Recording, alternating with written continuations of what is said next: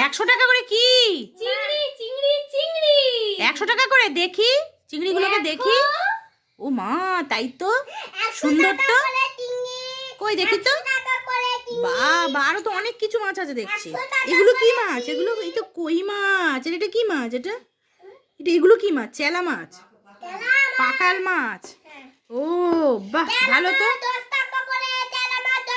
এই সব মাছগুলো দেবে 100 টাকা করে? এই যে আমি এই যে 2টো ব্যাগ এনেছি, 2 ব্যাগ। সব মাছ 100 টাকা?